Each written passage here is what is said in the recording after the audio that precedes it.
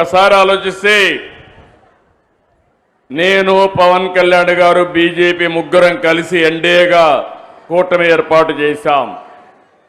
ఎన్నికల ముందే పవన్ కళ్యాణ్ గారు ఒక మాట అన్నారు, ప్రభుత్వ వ్యతిరేక ఓటు చీలడానికి వీలు లేదు, రాష్ట్రాన్ని పునర్నిర్మాణం చేయాలి, బేషరతుగా పొత్తుంటుందని చెప్పిన వ్యక్తి పవన్ కళ్యాణ్ గారని చెప్పి నేను మీకు తెలియజేస్తున్నా.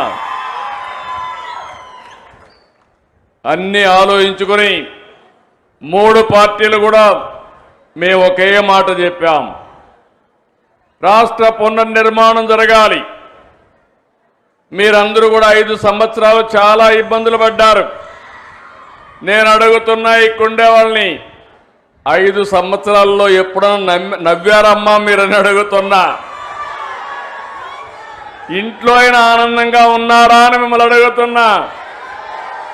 రోడ్డు మీదకి వస్తే తిరిగి ఇంటికి పోతామని భరోసా మీకుందా అని అడుగుతున్నా. ఈరోజు హామీ ఇస్తున్నా, నా ఆడబిడ్డల జోలికి ఎవడైనా వస్తే తాట తీస్తా. మీరు నిర్భయంగా ఉండొచ్చు. మీరు ఒకసారి గుర్తుపెట్టుకోవాలి, నాకు మీ మీద ఎక్కడా లేని అభిమానం ఇప్పుడు కాదు, 30 ఏళ్ళ నుంచి ఇదే పని చేస్తున్నా. నేను మీటింగుల్లో చెప్పేవాడిని, ఆడబిడ్డల పరిస్థితి చూస్తే చిన్నప్పుడు తల్లిదండ్రుల పైన తల్లి తండ్రి కూడా వీక్ష చూపించేవారు. మగపిల్లలైతే చదివించేవాళ్ళు, ఆడపిల్లలైతే పెళ్లిళ్ళు చేసి అత్తవారింటికి పంపించేసేవారు. పెద్ద అయిన తర్వాత భర్త పెత్తనం, సినిమాకు పోవాలన్నా లేకుంటే సరదాగా ఒక షాపింగ్కి పోవాలన్నా పర్మిషన్ తీసుకొని వెళ్ళాలి. భర్తకు మాత్రం పర్మిషన్ లేదు, భార్యకు మాత్రం పర్మిషన్ కావాలి.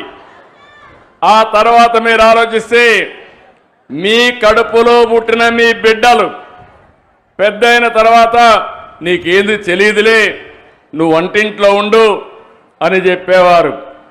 అప్పుడు నా ఆలోచనే డాక్రా సంఘాలు, మెప్మా సంఘాలను విజ్ఞప్తి చేస్తున్నా. ఆ రోజు నేను ఒక మాట చెప్పాను, గుర్తుపెట్టుకోవాలి, మా ఆడబిడ్డలు తెలివితేటల్లో అందరికంటే ఎక్కువ. ఒక విధంగా చెప్పాలంటే ఈరోజు మీరు ఆర్టీసీ బస్సుల్లో చూస్తున్నారు, నేను ఆ రోజు ఉద్యోగాల్లో కాలేజ్ సీట్లో రిజర్వేషన్లు పెట్టాను. 30